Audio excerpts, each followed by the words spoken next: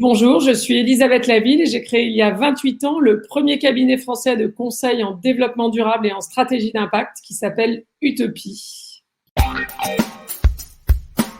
Alors Utopie existe pour ouvrir de nouvelles voies en faisant avancer les consciences des dirigeants, mais aussi les pratiques des entreprises et enfin, plus globalement, ce que nous appelons le mouvement des entreprises à impact positif, c'est-à-dire des entreprises qui allient le but lucratif et l'intérêt collectif et qui veulent contribuer à résoudre les défis de notre époque. Et naturellement, nous voulons aussi utiliser notre propre entreprise comme un laboratoire de cette vision innovante. Alors, c'est une utopie dans le bon sens du terme, parce que pour nous, l'utopie, c'est un objectif qui recule toujours devant celui qui veut l'atteindre. Mais c'est aussi, du coup, un idéal qui sert à avancer. Donc, l'entreprise à impact positif, c'est bien une utopie dans le bon sens du terme, c'est-à-dire que ça semble inatteignable parce qu'il faut d'abord que les entreprises et les activités humaines qui consomment aujourd'hui trop de ressources, toute l'énergie de la planète ou quasiment génèrent le changement climatique, génèrent l'amoncellement, l'accumulation de déchets. Il faut d'abord que ces entreprises limitent leurs impacts négatifs et elles n'y parviennent déjà pas toujours. Mais au-delà, nous pensons un peu comme Spider-Man, s'il pensait, qu'un grand pouvoir implique de grandes responsabilités et donc que, comme l'entreprise est la force la plus puissante de notre monde, il est absolument indispensable d'utiliser aussi son influence, son pouvoir pour contribuer positivement à la société, pour résoudre les problèmes de notre temps.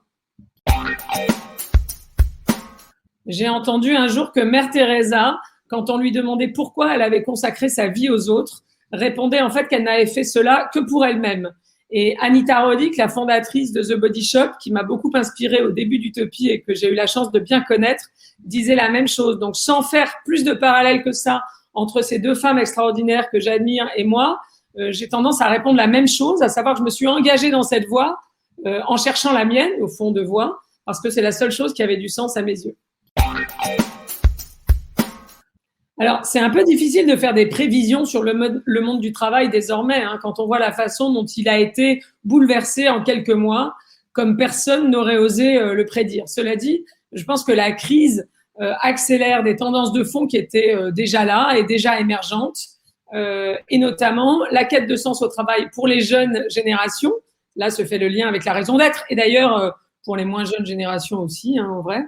Le souci d'équilibre vie professionnelle, vie personnelle, le souci de qualité de vie au travail, une alternance un peu décomplexée entre du télétravail à la maison et des bureaux conçus davantage peut-être comme des espaces collaboratifs ou de coworking, etc.